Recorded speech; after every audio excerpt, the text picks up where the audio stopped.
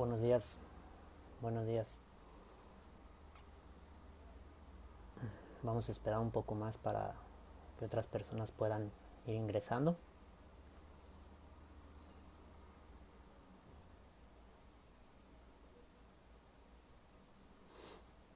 Solamente si me pueden confirmar si se está escuchando bien para también modificar un poco el micrófono.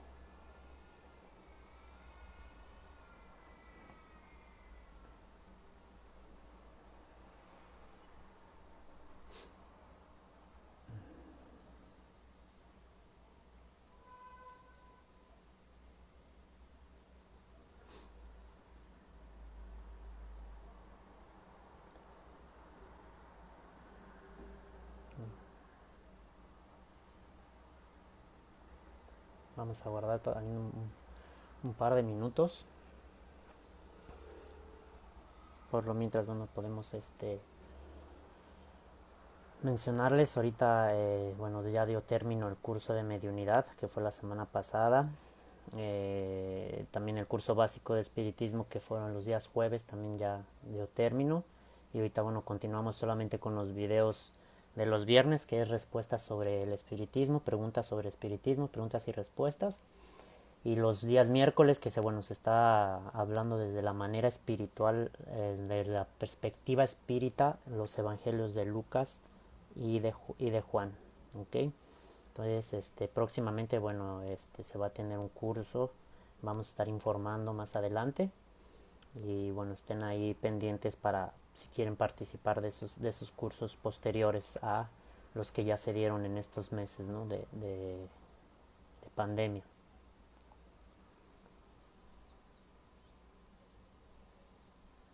Vamos entonces, vamos a dar un minuto más. Se mandó dos publicaciones antes de esta conferencia. El tema, bueno, es claro, es el sentido de la vida y bueno, también vamos a tocar un poco sobre el tema pues, de lo del septiembre amarillo, que es el suicidio. Ahí, conforme va avanzando la conferencia, al final de la conferencia se pueden responder preguntas de la perspectiva, pues, espírita sobre lo que es el tema del suicidio, de la depresión.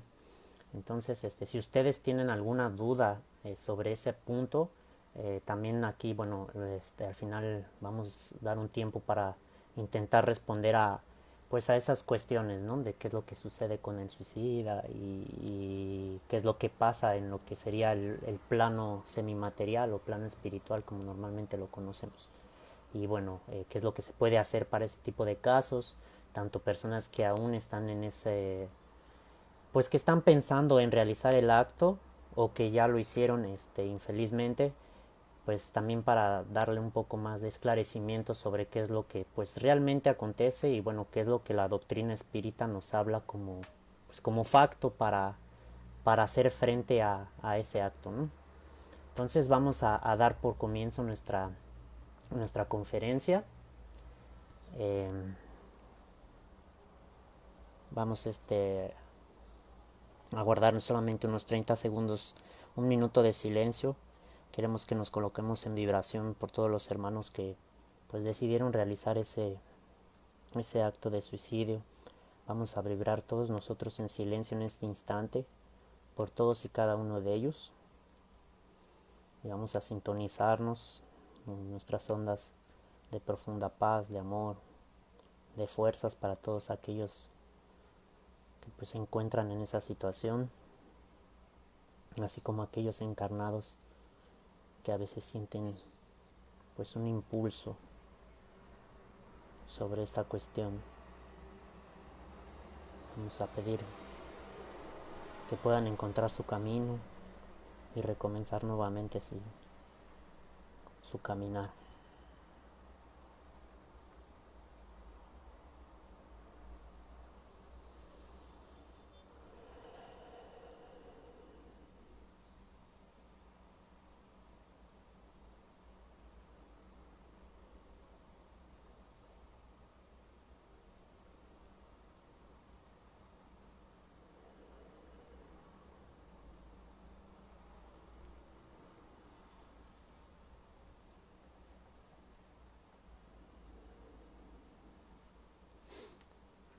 Ok.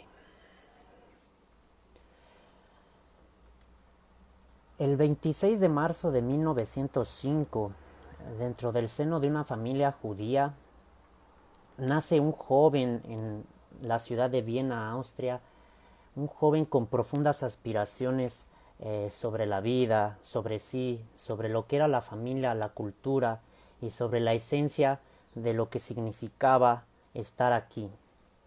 Era tanto su impulso que 20 años después, específicamente en 1923, consigue formarse en la Facultad de Medicina de la Universidad de Viena con el título de su tesis sobre la psicología del pensamiento filosófico.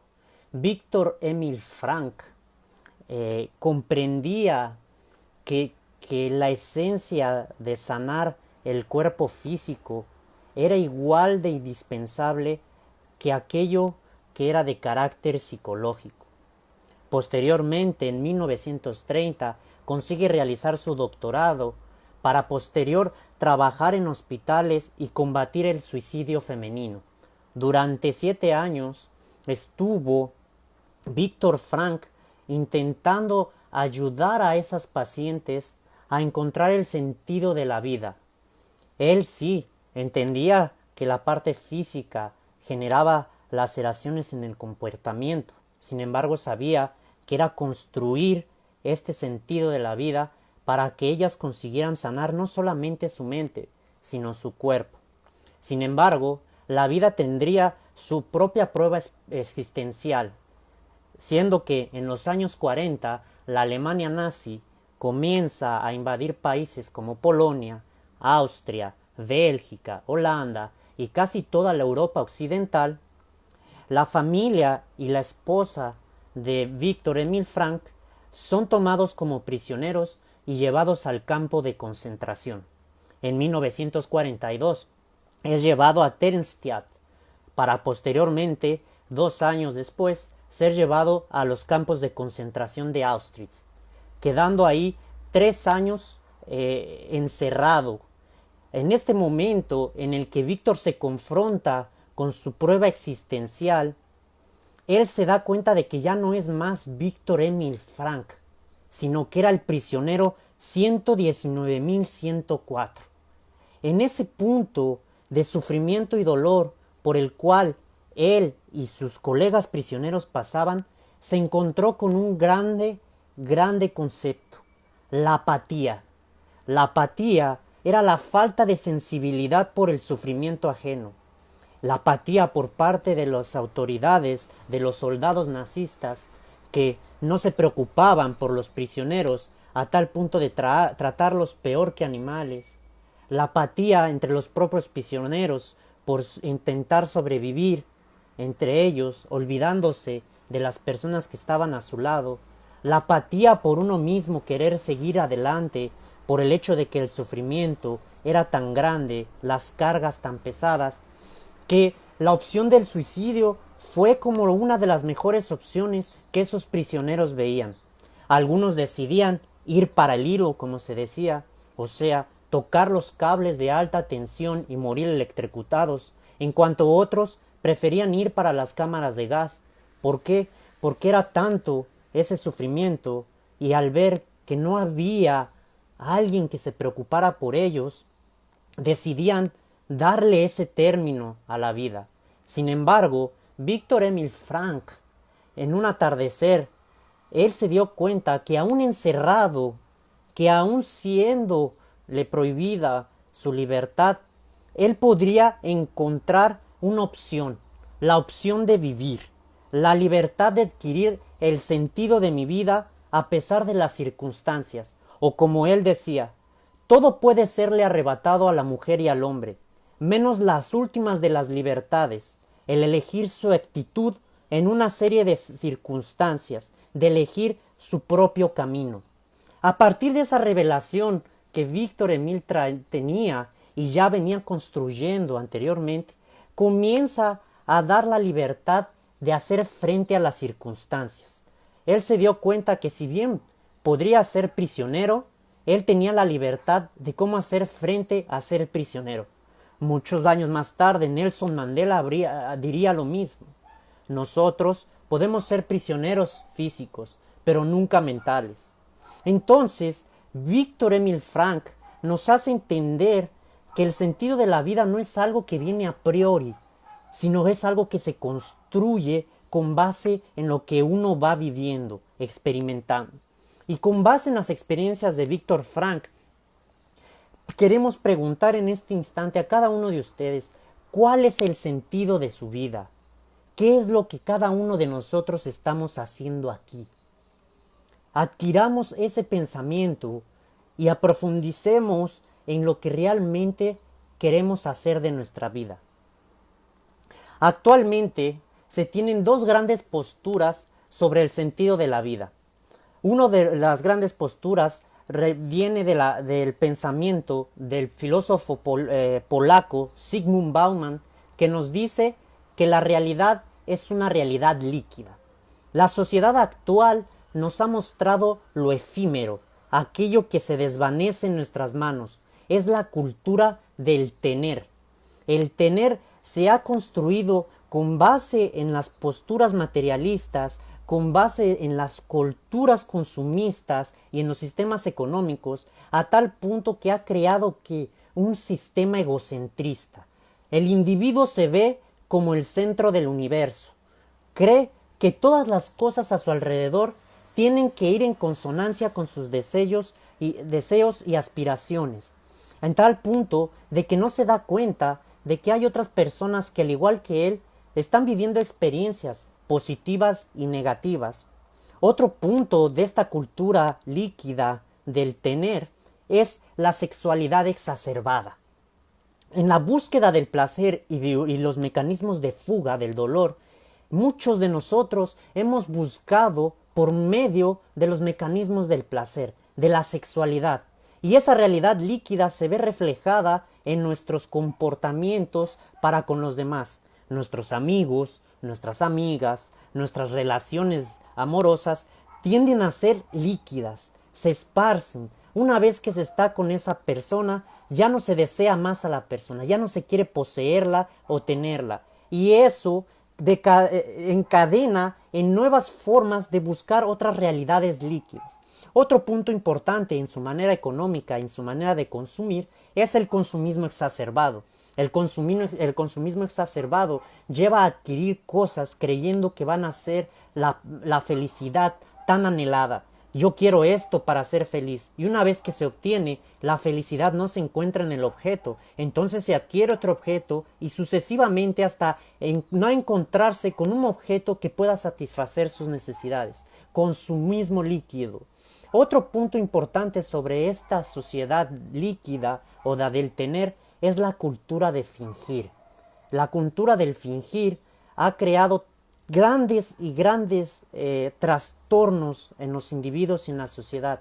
Grandes cantidades de personas están con depresión, personas deciden quitarse la vida y la Organización Mundial de la Salud nos muestra que a cada 40 segundos una persona decide quitarse la vida. ¿Y es por qué? Por la cultura del fingir, la cultura de las apariencias. En esta vida se nos ha enseñado que tenemos que estar felices el tiempo todo, como si fuese una obligación más que una búsqueda del camino a la felicidad. Buscamos los mecanismos de fuga por medio de la sexualidad, ya hablamos, por medio del consumo, de consumir cosas que a veces ni necesitamos, o muchas veces también buscamos mecanismos de alteración de conciencia, es decir, buscar formas de no hacer frente a nuestra realidad, ya sea por medio de deportes radicales que nos hacen construir adrenalina y dopamina y haciendo que nuestro metabolismo se acelere, o inhibiéndolo hasta cierto punto relajándola por medio del alcohol, el cigarro, la drogadicción. Otro punto de mecanismo de fuga es las famosas redes sociales. Las redes sociales con su búsqueda exacerbada de likes. Ese like que ya se comprobó que genera la misma cantidad de dopamina que cuando se tiene a veces una relación sexual, es otro mecanismo de intentar huir de aquello que nos hace sufrir. Esta cultura de realidad líquida ha creado este sistema de depresión, este sistema de falta de ayuda colectiva, o como mencionaba Víctor Emil Frank, la apatía. Nos hemos encontrado con la apatía, la falta de sensibilidad de nosotros mismos y de los demás. Sin embargo, también existe la otra postura, la postura del ser, la postura que el médico vienés nos está mostrando en su forma de practicarla y en su forma de vivirla y en su forma de pregarla o ayudar. Ese sentido de la vida es buscar un objetivo edificante en nuestra vida. Es buscar el ideal o mecanismos de fuga que sean sanos, porque si bien no podemos buscar un objetivo sin ir a ciertos mecanismos o herramientas para llegar a ese objetivo, se nos recomienda que debemos utilizar mecanismos de fuga que nos ayuden a edificar nuestro ser, ya no nuestro poseer y no nuestro tener, sino nuestro propio ser. Y esos mecanismos de fuga puede ser leer un libro, escuchar música, meditar, orar, caminar, hacer ejercicio, hablar con nuestros padres, con nuestros hijos, con nuestros amigos y amigas, vivir la vida en su momento, en su instante. Es destruir las apariencias, no vivir más en esa cultura del fingir. Y es aceptar y acoger que habrá momentos en los que estaremos tristes, en los que estaremos sufriendo y en los que pasaremos por una profunda depresión. ¿Por qué? Porque no se puede conocer la luz sin antes conocer la sombra. No se puede conocer la felicidad sin haber pasado por el dolor. Y el yin y el yang nunca pueden estar separados, porque es la esencia de nuestro ser. Y para poder intentar ser felices y estar en paz es necesario aprender a sufrir. Y entonces es acoger este sufrimiento y decirle a este sufrimiento que yo tengo la opción de decidir de ser feliz, de a pesar de cualquier adversidad que la vida me muestra, yo puedo y quiero ser feliz.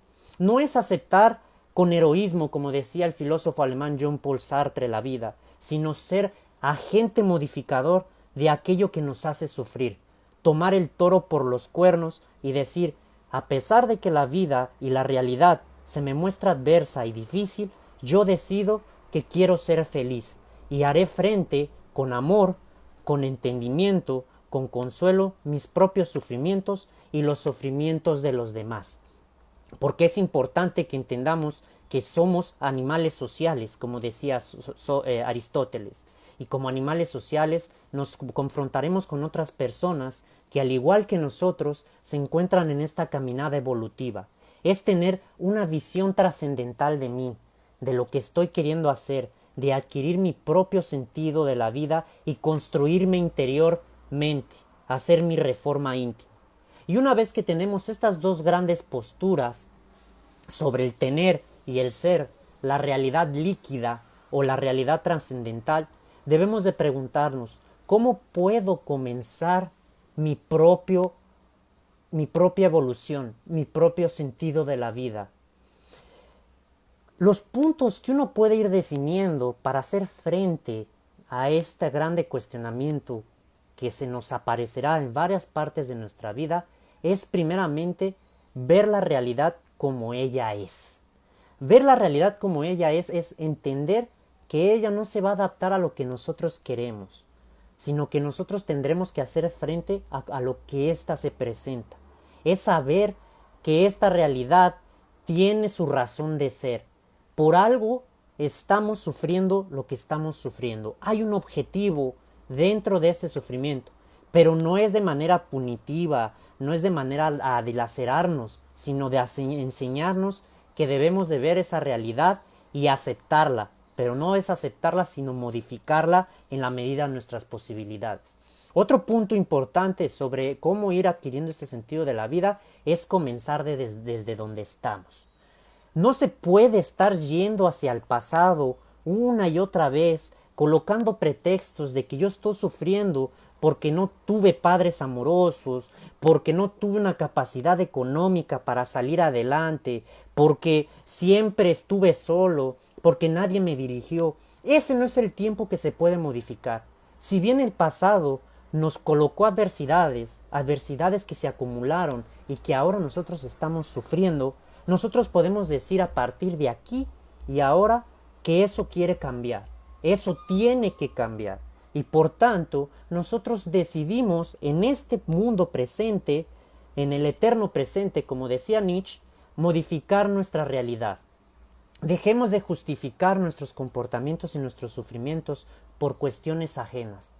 Si eso proviene, sí, de personas que nos hirieron, nosotros decidimos, como Víctor Emil Frank, qué hacer con esas decisiones de otros y con esa realidad.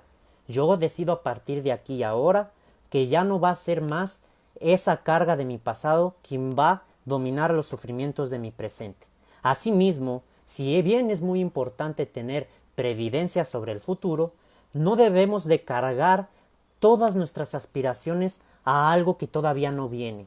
Aquel que se angustia por su futuro constantemente está perdiendo la esencia de modificar su presente, porque la única forma de que el futuro sea un futuro mejor es trabajar aquí y ahora, sabiendo que es lo más importante que tenemos que hacer, vivir nuestra vida en este instante.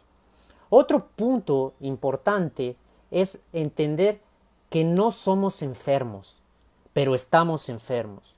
¿Por qué? Porque una persona que es enferma tiene un carácter de permanencia, de constante sufrimiento. La persona que se dice que es depresiva mantiene un comportamiento y un hábito depresivo. Sin embargo, si comenzamos a vernos como estado de depresión, sabemos que es un pasaje, una etapa, algo transitorio en nuestra vida que nos está enseñando, y es importante que trabajemos en nuestra recuperación. Sí, estamos enfermos, pero en cualquier momento nosotros podemos decidir dejar de estar enfermos. Entonces, entendamos que es esta cuestión de quererse curar por medio de la voluntad. Asimismo, si encontramos hermanos, hermanas, amigos, amigas, hijos, hijas, padres, madres, todas las personas que nos rodean pueden estar pasando por un proceso difícil de su vida, de sufrimiento, y tenemos la capacidad de ayudarnos unos a los otros. Pero como decía Haroldo Dutra Díaz, cada vez que uno se sube a un avión y se nos dan las indicaciones de emergencia, se nos dice que coloquemos primero la máscara de oxígeno en nosotros mismos y posteriormente ayudemos al otro a colocar su máscara. Entonces, no podemos salir a la sociedad si no trabajamos nuestros propios infiernos, nuestros propios demonios. Sin embargo, tiene que ir de la mano con la ayuda mutua a otras personas. Otro punto importante que ya hemos venido mencionando es confrontar el materialismo, el egocentrismo y el nihilismo. El materialismo exacerbado, la postura del tener, la postura de acreditar que la vida como es aquí y ahora es la única vida que tenemos, nos lleva a un sentido muy limitado de lo que realmente somos y de lo que es el sentido de la vida. Dejemos de pensar en la cultura del tener. Yo quiero tener prestigio social, yo quiero tener títulos, yo quiero tener dinero, yo quiero tener una pareja, una familia. Dejemos esa cultura que se nos ha colocado con este siglo XXI. Comencemos a trabajar más nuestra trascendentalidad, y la trascendentalidad se basa en vernos como algo más allá de la materia. Otro punto importante, dejemos de vernos como el centro del universo. La cultura egocentrista de primero yo, después yo y hasta el último yo nos va a llevar a profundos sufrimientos, y a veces esos sufrimientos se repiten una y otra vez por el hecho de que no hemos modificado ese comportamiento egocentrista. Es bueno preocuparse por sí y buscar su propia felicidad, pero entender que la realidad no se va a adaptar a lo que nosotros queremos que sea. Otro punto es el nihilismo, ese nihilismo que viene de Friedrich Nietzsche sobre la cuestión de que no existe nada después de esto, nos hace pensar que tenemos que vivir esta vida intensamente, como si fuese lo único que es importante.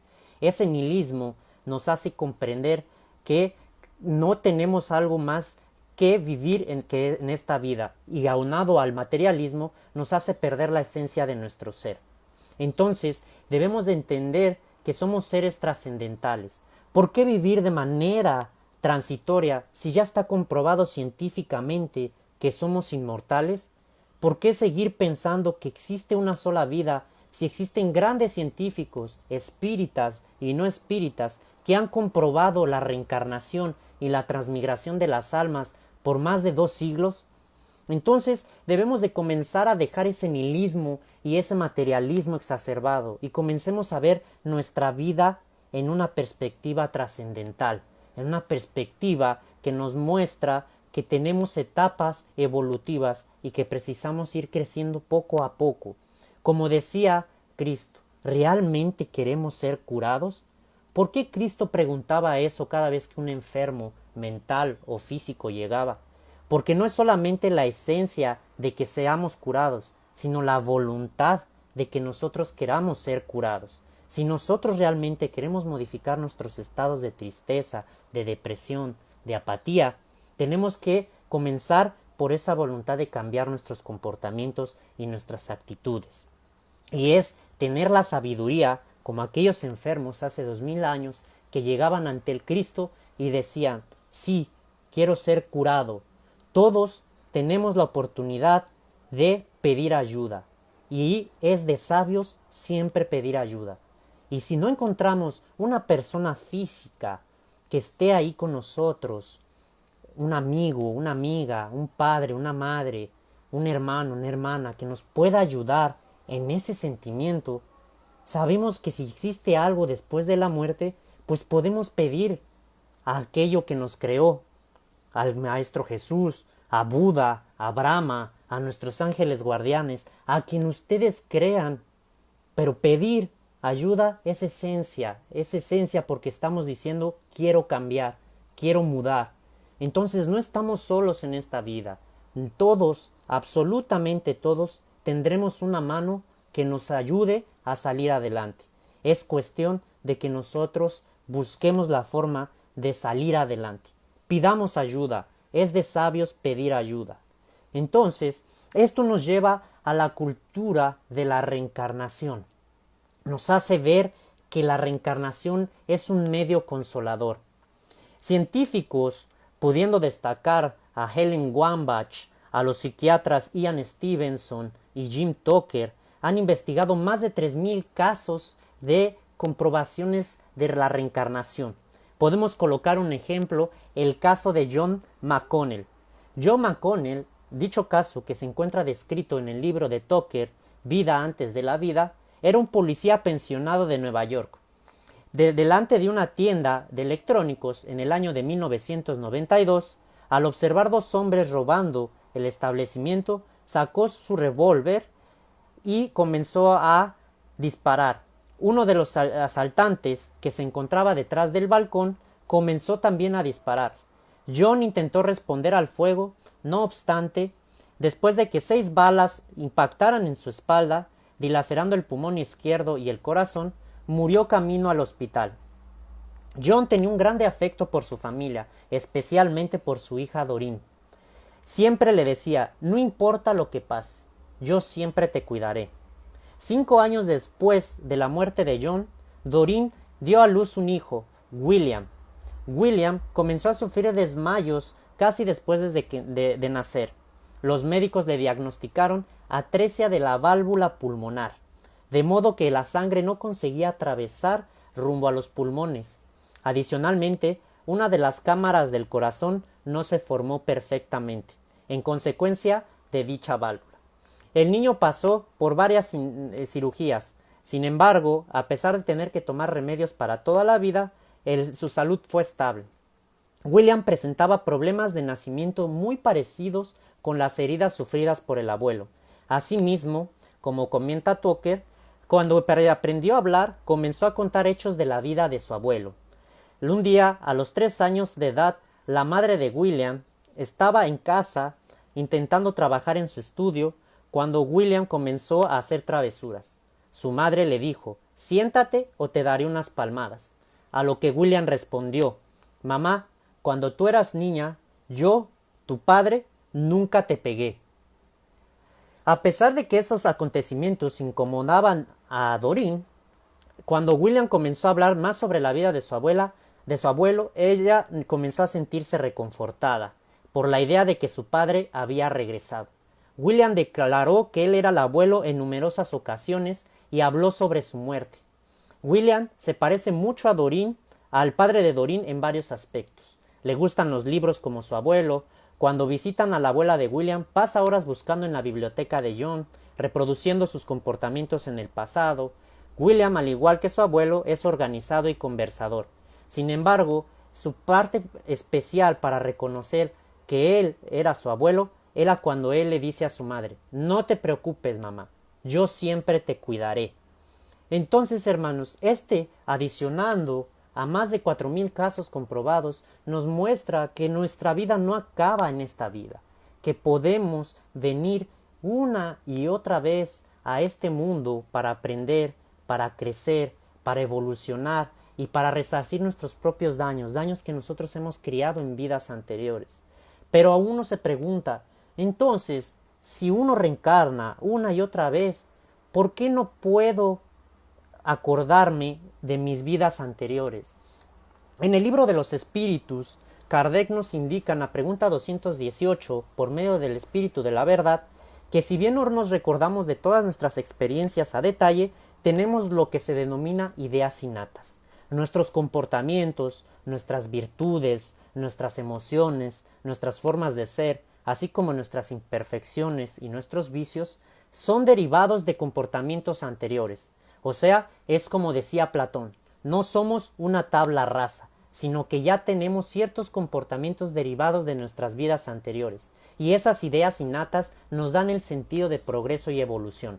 No comenzamos desde cero, sino que poco a poco vamos creciendo hasta conseguir ese estado de paz y de felicidad que tanto anhelamos. Sin embargo, la reencarnación también tendrá un objetivo, el objetivo de resarcir daños por equivocaciones anteriores. Y entonces, uno de los puntos importantes de la esencia de venir a esta vida, del sentido de la vida en su carácter trascendental, es aprender a aprender, aprender a amar, aprender a vivir, aprender a ser perfecto, en fin, a progresar, porque las leyes en el universo son perfectas y la ley del progreso está en todos los seres. La ley de la evolución de las especies nos muestra cómo es esencial que una especie necesite adaptarse a su realidad para poder ser mejor entre todas las especies. Del mismo sentido, psicológicamente hablando, se nos pide que nos busquemos adaptar a nuestro ambiente y aprendamos de ese ambiente para poder ser agentes modificadores y sobrevivientes de luz, inmortales. Otro punto es de que nos ayuda a comprender las causas de nuestros sufrimientos. Somos la consecuencia de nuestro ayer y seremos la causa de nuestro mañana. Si hoy sufrimos por un punto en específico, es porque dejamos de trabajar algo ayer, en esas encarnaciones anteriores. Si hoy se nos presenta un contexto familiar, económico, de sociedad que nos inhibe o que nos hace sufrir, es porque era necesario que nosotros viviésemos en ese instante y en ese círculo. Pero solamente aquel que sabe hacer frente de manera inteligente podrá modificar ese presente para que su futuro sea mejor. Asimismo, la reencarnación nos da la oportunidad, como ya mencionamos anteriormente, de resarcir los daños. Si nos equivocamos en el ayer, podemos hoy comenzar de nuevo, como decía Chico Javier. A pesar de que uno no puede modificar su pasado, podemos comenzar a partir de ahora y tener un nuevo fin. Entonces la reencarnación nos da la oportunidad de resarcir los daños, así como de ayudar a nuestros seres queridos que tal vez no hayan comprendido la esencia de su ser, el sentido de su vida, a que ellos comprendan que son seres inmortales, que si el sufrimiento se aparece hoy, la felicidad estará mañana, porque aún en las noches más oscuras siempre tendrá un nuevo amanecer. Entonces es la esperanza de poder comenzar de nuevo. Esta vida se nos da como una oportunidad de trabajar y de querer salir adelante.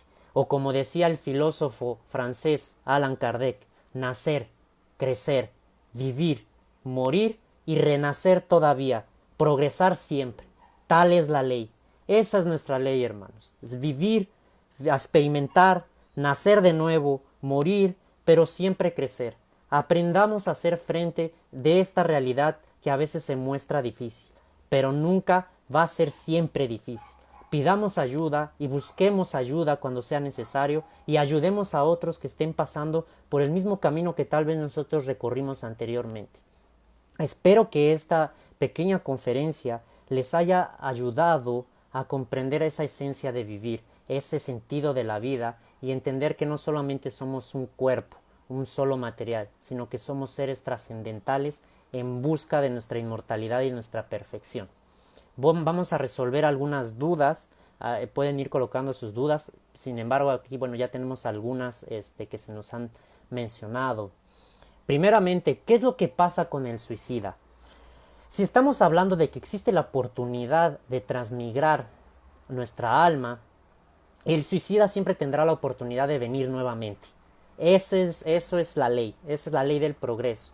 Existe el infierno para esos suicidas. El infierno no es visto de tal forma como se coloca en el contexto católico. Si bien uno no escapa de las leyes, y la ley de la vida es una ley esencial en nuestro progreso, quitarse la vida es un cierto punto de irresponsabilidad. Y esa irresponsabilidad generará claramente ciertas expiaciones, ciertas pruebas que ese espíritu tendrá que pasar para resarcir ese daño que se causó en sí mismo. Porque como se dice, la siembra es siempre opcional, pero la cosecha es obligatoria. Él quiso o ella quiso sembrar su propia muerte, ahora tendrá que cosechar las consecuencias de quitarse la vida cuando no era su momento. Sin embargo, no hay penas eternas, porque si se nos da la oportunidad de reencarnar es para que podamos crecer y valorar la vida nuevamente. Entonces, somos seres inmortales, los suicidas pueden continuar reencarnando y deberán de pasar sí por pruebas, pero en un futuro tendrán la misma paz y felicidad que todos y cada uno de nosotros anhelamos. ¿Dios me perdonará? En esa pregunta siempre ha sido un enigma. ¿Dios me perdona? Vivaldo Franco dice que Dios no perdona, porque para que exista el perdón debe existir resentimiento. Y Dios no se enoja, ni mucho menos odia a sus propios hijos. Él los ama profundamente. Él no necesita perdonar porque en ningún momento sintió odio por nosotros. Él nos ama infinitamente y por eso perdonar es un acto del hombre y no de Dios. Entonces, esa preocupación de si Dios castiga, de si Dios pune, no es así. Las leyes que Él creó son inmutables y perfectas. Y Él comprende que a veces caigamos en esos errores. Y como mencionamos, a veces esos errores nos ayudarán a crecer como mejores espíritus, como mejores seres para nuestra evolución y para ayudar a otros espíritus a su evolución. El sufrimiento siempre tendrá algo que enseñarnos. Aprendamos del sufrimiento. Siempre que uno está en una etapa de sufrimiento es porque se nos ha preparado el momento para aprender algo nuevo. El sufrimiento siempre es un mecanismo reformador y este no durará para siempre, no es algo permanente. Todo tiene su razón de ser en nuestras vidas y esa razón de ser nos ayudará a ser más maduros para cuando vengan pruebas similares nosotros consigamos hacer frente. Entonces busquemos el sentido de la vida al sentido de la vida a nuestros problemas. Otro punto importante, ¿cómo puedo ayudar a un amigo, una amiga, un hermano, una hermana, un familiar o cualquiera que sea que sufrió o realizó el suicidio? Entonces es simplemente orar.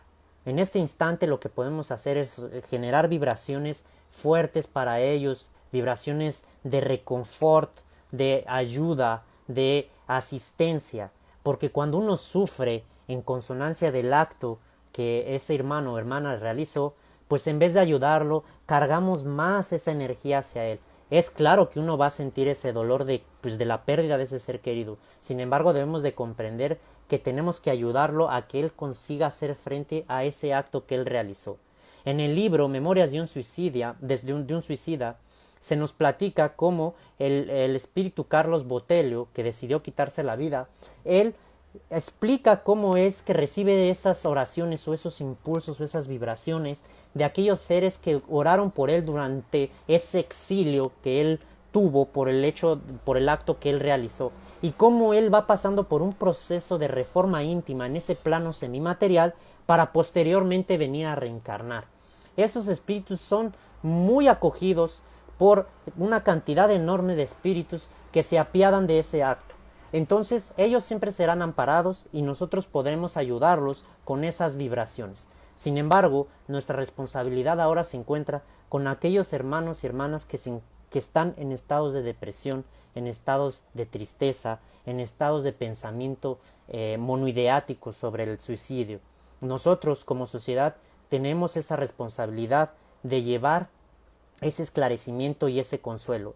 La tercera revelación o el consolador, que es el espiritismo, viene a traernos ese confort, esa sensación de decir que todo tiene un periodo de acabar y que somos inmortales para que ese periodo sea mucho más trascendental, para que nosotros comprendamos que esos periodos de sufrimiento nos ayudarán a crecer. Debemos ayudar a expandir, si bien no la doctrina, la doctrina espírita, la doctrina del amor y la doctrina de la caridad, porque la esencia del espiritismo no es hablar con los espíritus, hermanos, es la caridad, y sin caridad no hay salvación. Voy a ver aquí otras preguntas.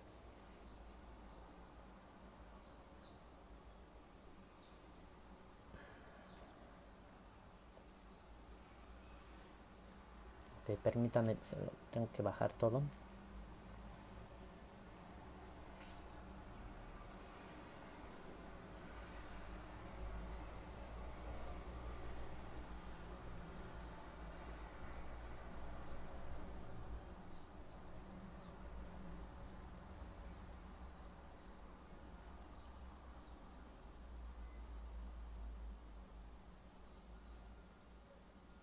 Ok, creo que no hay muchas preguntas, gracias a Dios.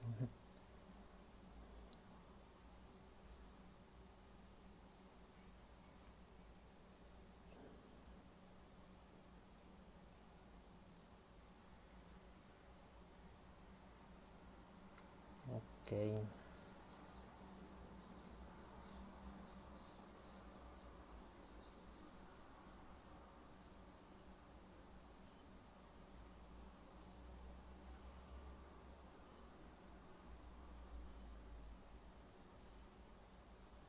Es como una muerte permanente para renacer en esta vida y después la muerte física buscando la perfección.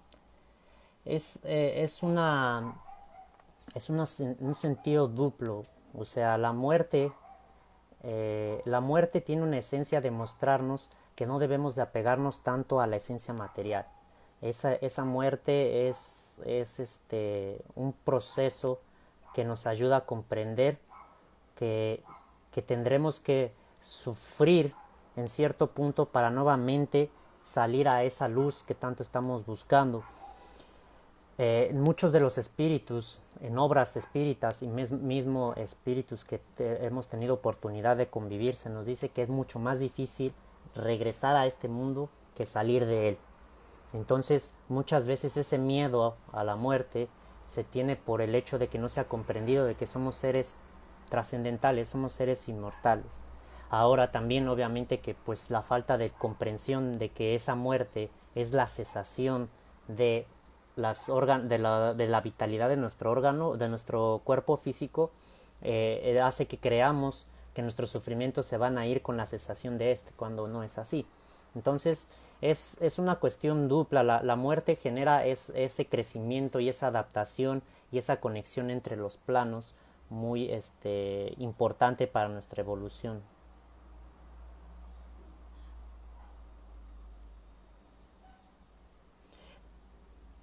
Ok, hermana Carol, de cuáles son las causas espirituales para que una persona sufra Alzheimer.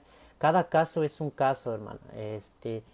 Existen varios procesos, se podría decir kármicos, de ley de causa y efecto, que van generando cierto tipo de trastornos en los cuales la mayoría de las veces, no todos los casos, la mayoría de las veces el mismo espíritu planeó esa prueba para mostrarse a sí mismo que es capaz de salir adelante ante cualquier adversidad. Es claro que también incluye a las personas que se encuentran alrededor de esa persona que está sufriendo Alzheimer. Todo en esta, como mencionamos en la conferencia, todo en esta vida tiene una razón de ser. Y esa razón de ser es que aprendamos con ciertas adversidades. Buda decía que todo sufrimiento se debía al apego de algo que era impermanente. Muchas veces sufrimos por apego a una situación que nos gustaba como era. Por ejemplo, esa persona que obviamente tenía las capacidades de pensar, capacidades cognitivas, de acordarse de la memoria, y que en ese instante muda el contexto, pues es claro que va a generar un sufrimiento. ¿Por qué? Porque también, como menciona Carl Gustav Jung, el hombre no está adaptado a cosas nuevas. Entonces, cuando cosas nuevas aparecen en su vida, él intenta huir de esas cosas nuevas porque ya está acostumbrado a lo que él venía viviendo, a ese hábito.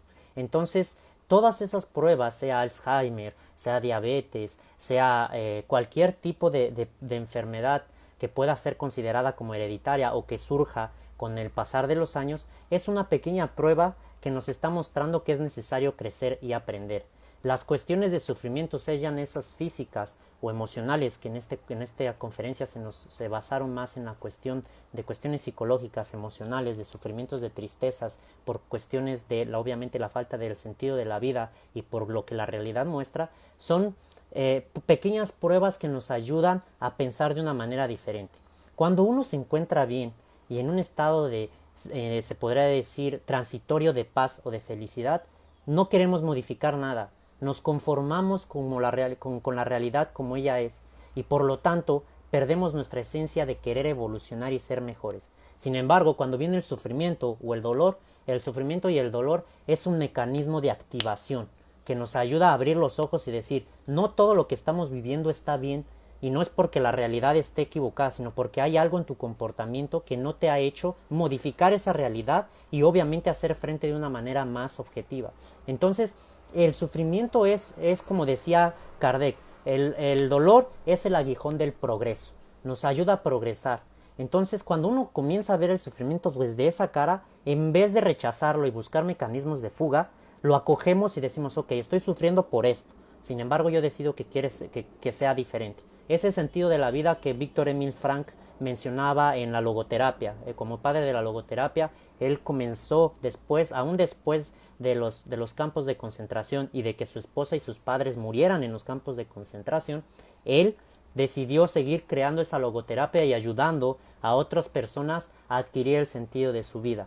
Entonces debemos de adquirir ese sentido de la vida sabiendo que el sufrimiento es parte de ella, el dolor es parte de ella, y que la realidad no se muestre como nosotros queremos es parte de esa evolución. Entonces dependerá de nosotros cómo hacer frente. ¿Ok?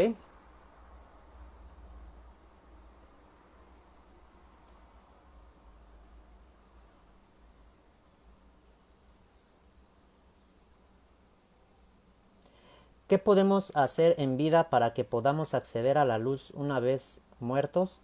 Sin caridad no hay salvación, hermano Antonio. La forma más fácil de poder encontrarnos del otro lado de una manera benéfica y de una manera llena de paz es ayudando. El espíritu más perfecto que ha venido a la tierra nos enseñó a servir. Cristo nos dijo, ¿quieres ser el primero del reino de los cielos? Sé el siervo de todos. Entonces es servir, servir, servir, perdonar, servir, ayudar. Es siempre lo mismo, tener esa capacidad de ayudar a los demás, siempre ayudándose a sí mismo, porque como mencionamos, uno no puede ayudar a los otros si no se ha ayudado a sí mismo. La primera reforma que uno tiene que hacer antes es la reforma íntima. Muchas veces buscamos que la sociedad cambie, tal vez en su forma de pensar, en su forma política, en su forma ideológica. Sin embargo, hemos modificado nosotros nuestros propios comportamientos, porque quien crea la sociedad es el individuo. Y para que la sociedad se modifique, precisa que el individuo modifique sus propias formas de pensar y de ser. Entonces, si queremos merecer ese grande reino de los cielos, que no es un lugar, sino un estado de conciencia, pues es mejor modificarse a esa reforma íntima.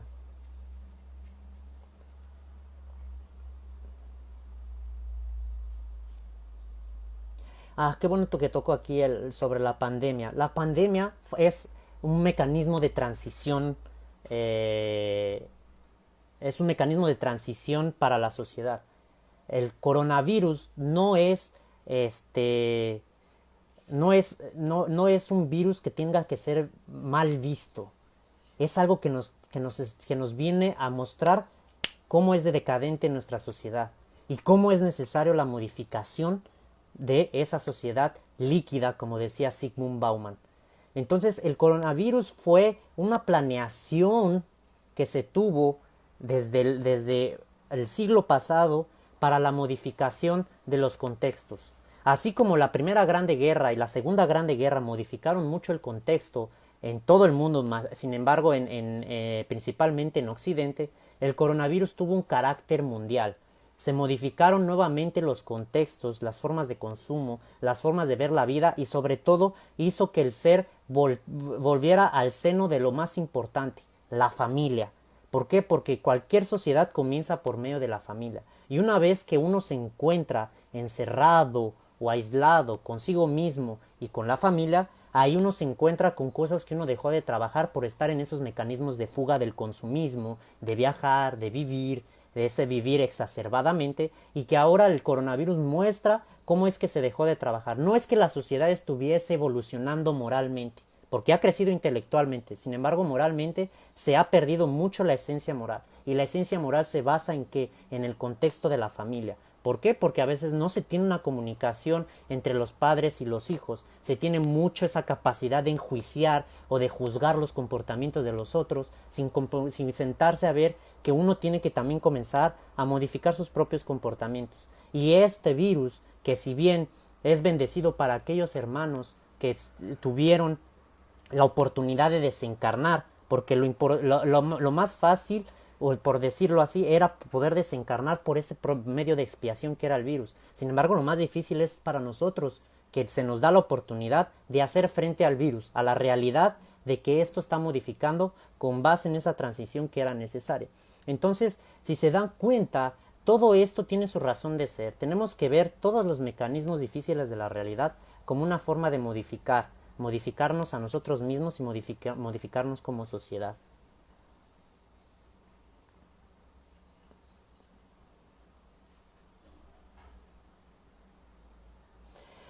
Las características de un suicida, ahí entraría mucho a la cuestión psicológica, Alexandra. Creo que existen muchos mecanismos en los cuales uno puede ir identificando. Mucho es el aislamiento, la cuestión de que la persona está en estados de depresión en el sentido de que no tiene ganas de alimentarse, no tiene ganas de hacer nada, está totalmente aislada, no realiza las actividades que constantemente realizaba, busca formas de huir de las situaciones. Entonces existen muchos síntomas que pueden ir mostrándonos característicos de depresión. Y ya de la depresión pues obviamente puede derivar a esa pérdida del sentido de la vida y obviamente buscar la vía fácil, por decirlo así, del suicidio, cuando obviamente que es una vía mucho más difícil porque tendrá encarnaciones comprometidas a futuro.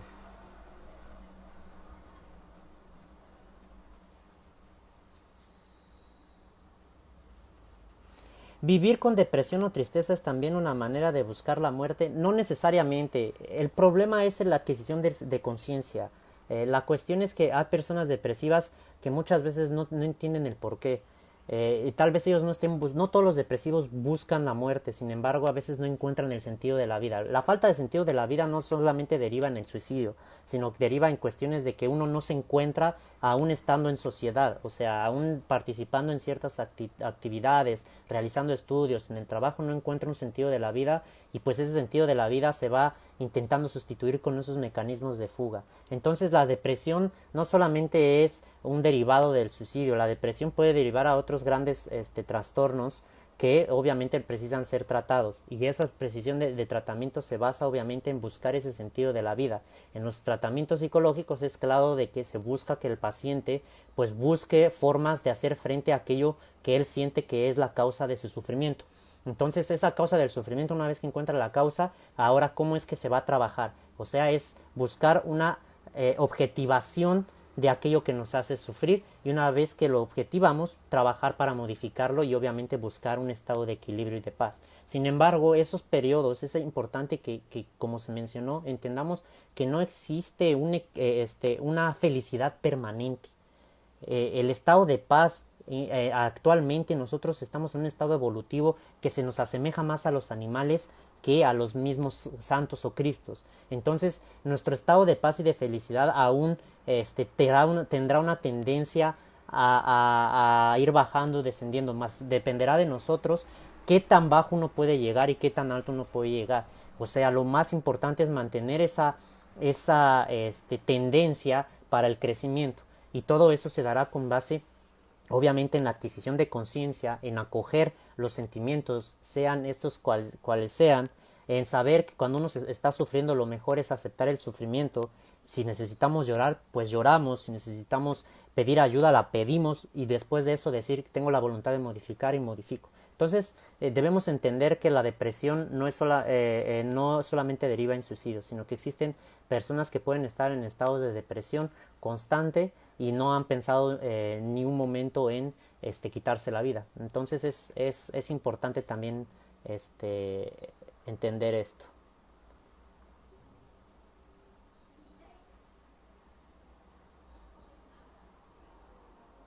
Creo que bueno, agradezco mucho su apoyo. Bueno, esta pregunta que cómo ayudamos a las personas que cometieron suicidio, bueno, ya lo respondimos. Ellos están siendo amparados en el plano semimaterial, plano espiritual, como la queramos llamar. Y nosotros lo que podemos hacer es, primeramente, bueno, si es un ser querido o una persona cercana, pues intentar no ser apegados, porque cuando uno se apega, ya hemos mencionado en conferencias anteriores que nuestra mente es creadora y co-creadora en el universo. El universo no es solamente algo físico, sino también es psíquico.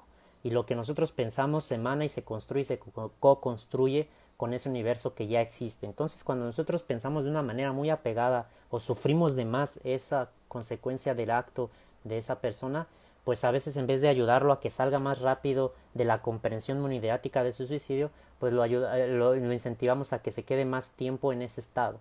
Sin embargo, lo que podemos hacer pues es una oración, es ayudarle a comprender que existe la oportunidad de salir adelante, de que a pesar de que el acto pues no era lo mejor, siempre se nos dará la oportunidad de comenzar de nuevo.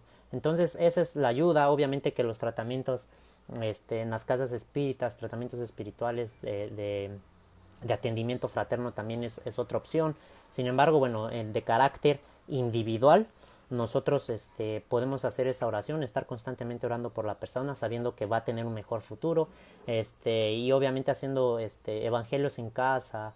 A veces también se hace corrientes de oraciones en los centros espíritas, colocar el nombre en la de la persona para que se haga esa corriente de oración, como hicimos hoy al inicio de la sesión, que se hizo esa corriente de oración. Se hace de esa misma forma y obviamente se puede mencionar el nombre. Entonces son esas formas las que uno puede realizar la ayuda hacia los hermanos suicidas. ¿Cómo practicar la caridad con nosotros y con los demás? Debemos entender que no solamente la caridad material es la única importante. Si es importante, sí, pero la caridad más beneficiosa es la de escuchar.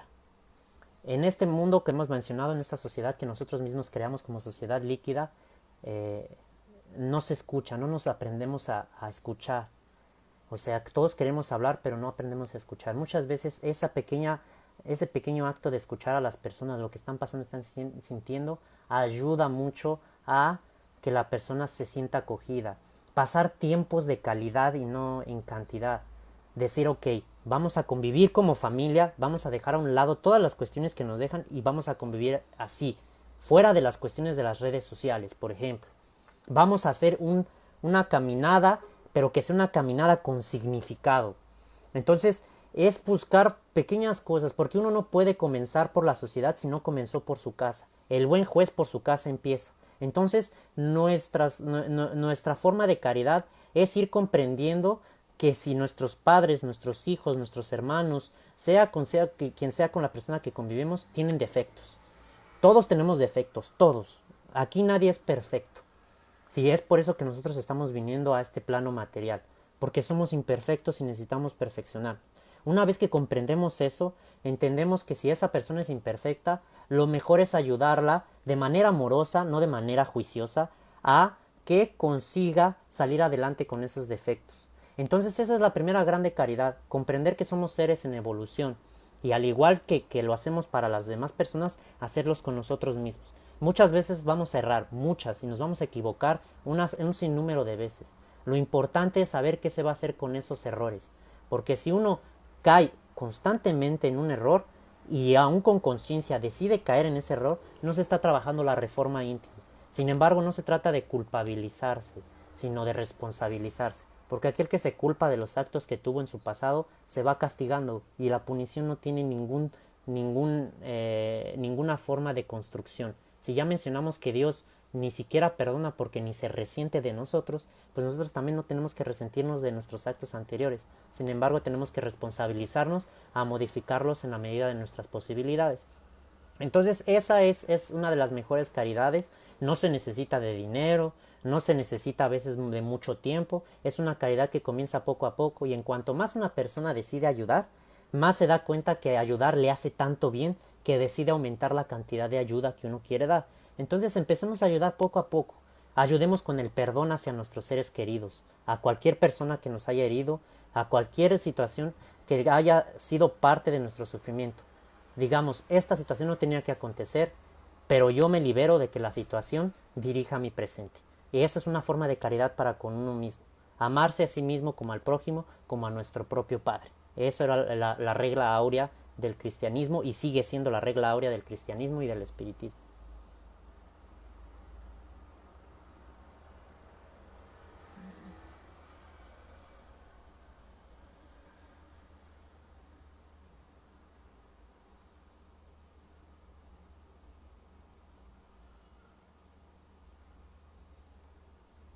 Ok, esta pregunta, hermano Roque, bueno, no va en línea de